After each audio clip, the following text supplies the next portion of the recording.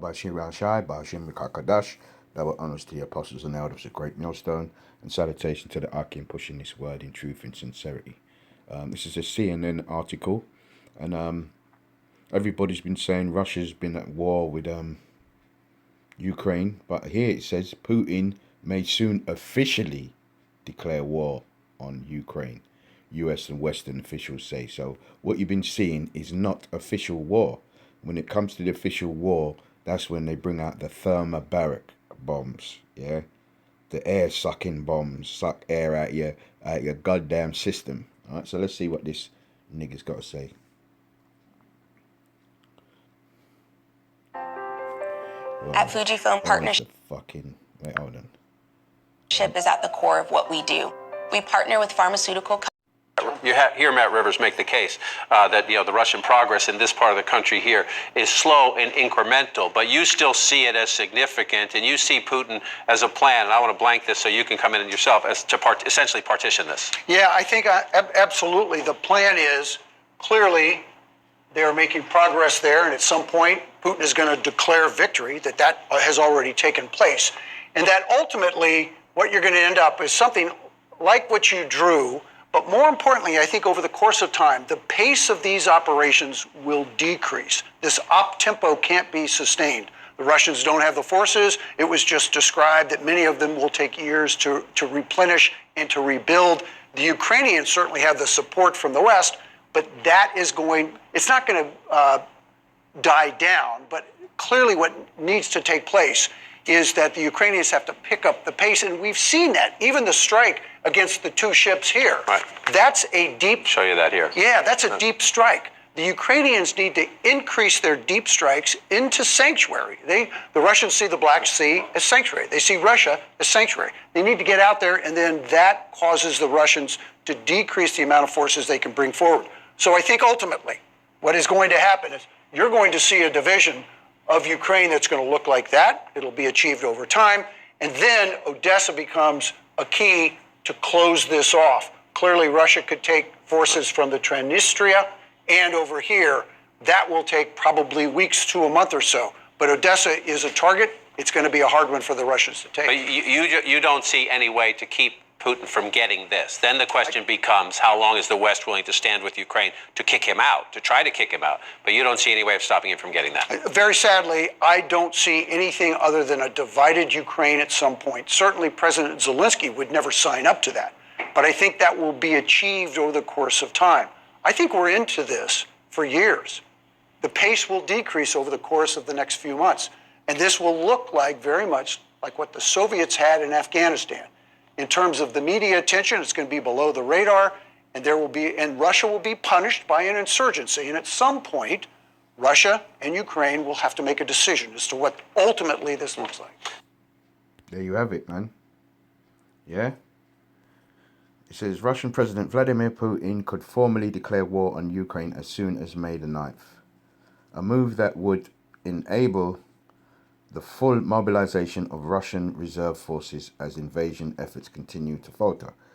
US and Western officials believe May the 9th, known as Victory Day inside Russia, commemorates the country's defeat of the Nazis in 1945, because it wasn't, they make it, how they portray that night, the Second World War, as America and all those guys were the heroes, when it was the Russian forces. They're the ones what took the most hits, lost the most soldiers, and went in and devoured the Germans, okay? It was the Russians, the manly ones, the ones what fight, the warriors.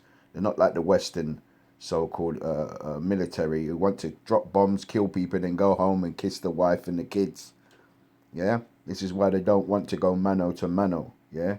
This is why they talk about dropping bombs, shock and awe, because they're not really warriors, yeah? And it says here, the Western officials, Russians are warriors.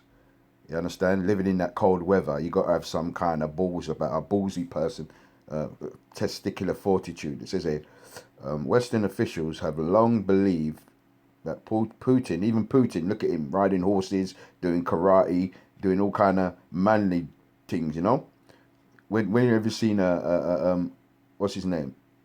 Boris Johnson or Joe Biden, we see these men doing karate or riding horses or anything manly, because they're not.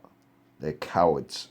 And it says here, Western officials have long believed that Putin would leverage a symbolic significance and propaganda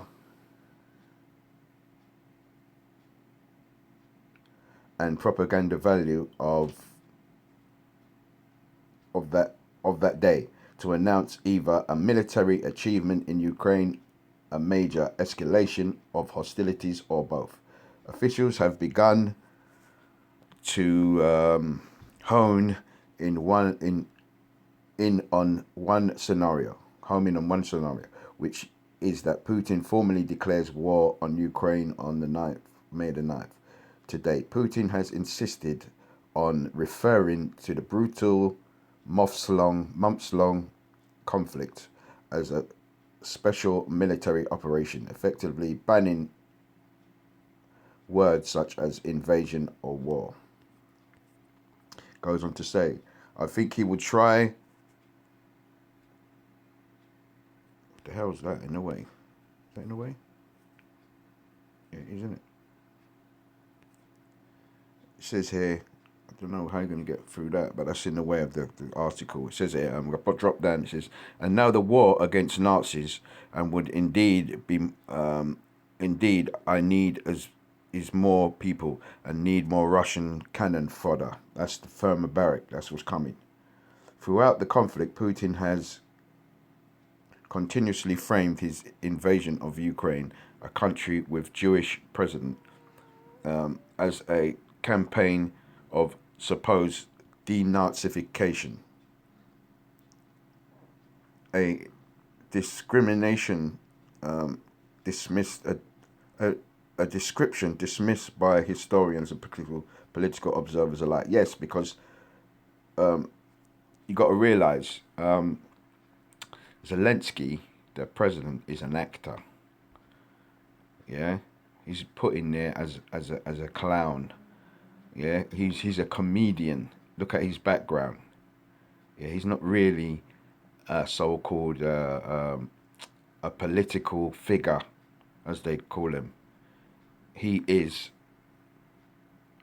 basically a clown without the red nose and the suit. And denazification of it, because if you know about the Nazis, the Jewish people, when they went into Germany, what did they bring? Sorry, what did the Jewish people bring to Germany? Decadence, homosexuality, bestiality. Yeah, all these things was brought by the Jewish people to Germany. Hitler, who was Jewish himself, his mother was one of the Rothschilds, who had sexual relations with one of his housemaids or workers, Anna Schickel-Gruber, I think her name was. Yeah, so Hitler was an illegitimate son of one of the Rothschilds, okay? And it was all planned that, who was it? One of those American, Henry Ford made the tanks for Germany. These are all things what you don't hear about, yeah? So they are Nazis, yeah, in there. Them Jewish people, Goebbels and all them, what do you think they were? They were Jewish, yeah? We had a lot of Jewish guys fighting for the German army. And it says there, formal declaration, but they've twisted the narrative. Yeah. There's a lot of lies what's been taught in this world. Yeah, because of Esau, the so-called white man, they call him the white man when he's the red man. The Bible talks about a red devil named Esau, who cannot be righteous, who cannot tell truths, who's not. He's not, this inward thought is that he will continue forever, and he is not an upright man. He talks about he's not upright. The Lord made him to be the devil on earth. And we're seeing now, because all this man brings is the harbinger of death, the so-called white man. All he brings is death and destruction everywhere he goes. Because his blessing was the sword in Genesis, or I think it's 27th chapter. It says that by thy sword shall thou live. Yeah, he lives by the sword, but what did it say? He that liveth by the sword shall die by the sword. So now we got white on white crime. before they were killing the dark nations, the so-called red man, the Edomites, the white man they call him, was killing the dark nations. Now, the Lord is said in the Bible, he's going to feed them with their own flesh, the Egyptian against the Egyptian, because a white man now is the modern day Egyptian, according to Revelations, where it says this place is spiritually called Sodom. America is spiritually called Sodom and Egypt, yeah, and Babylon. So it says here, so we're coming to the end of the so-called white man's reign. And it's such a beautiful thing because the earth needs to be at rest. It needs some rest now because it's been going downhill ever since this man took power of the earth. Even from Alexander the Freak. Tells you that in the Apocrypha, Alexander 1 and Maccabees 1 and 1. That evils were multiplied when the white man took on the earth, took over the earth through the power of the one they call God and Christ. Because he had to give the so-called white man, because the blessing, he lost the blessing. Even though the Lord said to I would elect Jacob as my representative on the earth forever. But Esau, because he was the firstborn's supposed to get the blessing. But because he made him, he said, I've made this man to be crooked, that he can't have the world forever. Because look at the world now. Look at the state. He's in the rulership of the world now. Look at the state of it. Birds falling out the sky, whales beaching themselves, air's polluted, the water's polluted. You got homosexuals and transgenders and zoophilia, animal lovers and animal people marrying their animals, and it's completely out of order because this man was created to be a harbinger of death, the destroying mountain, whose blessing was the sword, yeah, and now his sword's being it's being implemented against his brother against brother, Russian Edomite against American Edomite, yeah. So all we're supposed to do now, us Israelites, is just sit back, get the popcorn, and watch it go down, yeah? Watch them punching the nuclear codes, yeah? And it says a formal declaration of war on May the 9th could potentially bolster public support for the invasion. It would also, under Russian law, allow Putin to mobilize reserve forces and draft conscripts, which officials say Russia desperately needs amid the growing manpower shortage. Western and Ukrainian officials have estimated that at least 10,000 Russian soldiers have been killed in the war since Russia invaded just over 2 months. Russian battlefield effort anemic following a series of military and logistical setbacks. Moscow has concentrated efforts on the Donbass region of eastern Ukraine, which has been on the front line of the Russian-Ukraine conflict since 2014. Right, there you have it, because Russia's about to leg out the big teach. The nuclear weapons, at the end of the day, them nuclear weapons are going to be launched. The Lord said it, but it's a build-up to that. The Lord said he's going to make these guys clash heads, make these Edomites clash. Yeah? The Russian Edomite versus the American Edomite. First it was proxy. Yeah? Russia was using Syria and all these other countries for war, but now they're going to bump heads. So I'm going to say, Kal Halal, Yahweh Hashem Yahushai, Ba'ashem Kadash, double honors to the apostles and elders of great millstone. And salutation to the Akim pushing this word in truth and sincerity. I'm going to say, Kwam Yasharallah, rise Israel, Wa Ababa, destruction to Babylon, wherever this cave beast is. Shalom.